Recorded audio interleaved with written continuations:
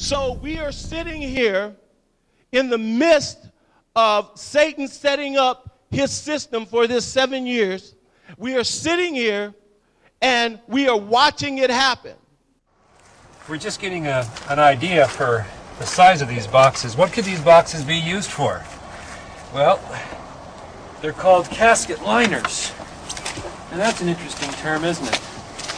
It's a casket liner. When I first heard the term casket liner, I thought perhaps a lining for a casket. But this is too big to be on the inside of a casket. So certainly this could be used as a casket. This is an inexpensive casket. And you can see the size here. There's lots of room. I think my friends here, we could all probably get inside, and it might be a little cozy, but we'd fit just fine. Which tells me that these liners can be used for more than just one. And one more time, what kind of liners are these? Casket liners. These are casket liners. That's what the man said. That's what the man told us. And we're told that there are about, well, there were about 500,000 out here.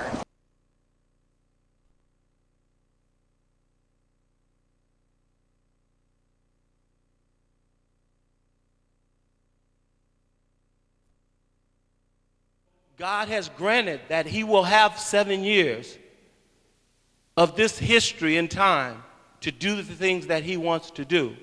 But he cannot do anything until after the body of Christ has left the earth. He will confirm a covenant with the many for 1/7.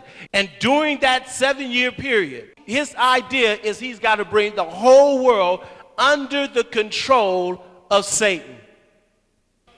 The rapture's coming like a freight train. Jesus Christ is coming back for his church. The Bible says in Matthew chapter 24, verse 42, "Watch therefore, for you do not know the hour your Lord is coming." I want you to know, church, that Jesus Christ could come this month, or he might come next week, or he could even come...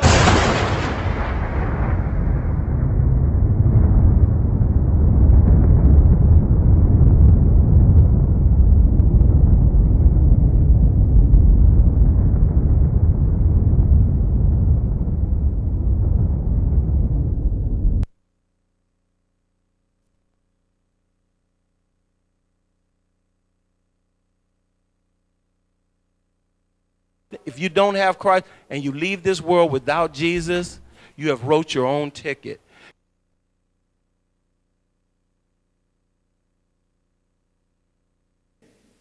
You can be assured of the fact that nobody will be forced to take any chips until after the rapture. But there are some people now that are doing it voluntarily. We have a Florida family who are really pioneers in a brave new world. They have volunteered to be the first ever to have microchip identification devices implanted into their body. Something has to change, though. They have to find a better way to identify the bad guys, or the rest of us are going to stay home and watch the world go by on televisions. But we need some system for permanently identifying safe people. Most of us are never going to blow anything up, and there's got to be something better than one of these photo IDs, a tattoo somewhere maybe. The Saudis used an American device to scan the eyes of travelers. I wouldn't mind having something planted permanently in my arm. During the time of the Jewish temple was standing the priest and the captain of the guard, the high priest, who was the high priest in the temple, and the captain of the guards were known as thieves in the night. And this is why. There were watch posts at the temple where the priests had to be watching. One of the things they had to watch was that the fire on the altar would not go out. This was a godly fire that fell on the altar, and it was commanded by God that this fire never go out. The priest had to watch the fire. If a priest was caught asleep and the captain of the guard came and saw the priest asleep, he would take a torch which was set by the altar fire and set the priest's garments on fire with the torch. The priest would then run through the temple, tearing off the garment that were on fire, and the shame of the priest's nakedness would appear. They called the high priest the thief in the night because his job was to watch the other priests to make sure what? That they keep the fire burning. Does that sound familiar? So there is a high priest that is watching you to make sure you do what? Keep your flame burning. And if you don't keep your flame burning, he will set you on fire that will last an eternity. I just thought that was interesting Jewish history. Behold, I come like a thief. Blessed is he who stays awake. God's trying to get you prepared for something. He's trying to get you prepared to leave because he wants you to know this is serious. It doesn't matter whether you believe it or not. You can sit there all day and go, I just don't believe it. When Jeremiah was telling them, hey, you know what? We're going into Babylon for 70 years in captivity. And the people were prosperous. They had homes. They had children. They had schools. And Jeremiah said, hey, this is all about to end. We all going into Babylon for 70 years. Then up rose a false prophet who had many followers behind him, and they said, we like your message better. Why? His message says, oh, don't worry about it. We're not going to Babylon. And matter of fact, we're going to tear off the yoke of the king of Babylon, and we're going to be prosperous in this land. And Jeremiah told the false prophet, well, God said you're going to die.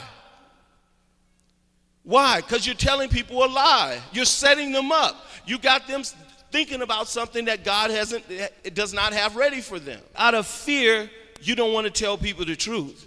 Because when you tell people the truth, you're going to look crazy. And nobody's saying, what about God's plan? Girl walked out of our Bible study at work. She said, this is just too much. I got to sleep at night. Those are her literal words. This is too much. I've got to sleep at night. She goes to church every Sunday. She had a birthday party with the Biggest Mall as her theme. You should have saw her desk. They decorated her desk with big posters of Biggie Small, Jay-Z, and Ludacris. Was all over her desk, and they had the balloons, happy birthday, and she had her Bible sitting right there in the middle. But let me tell you. So they gave her a party. They had, drinking and everything going on.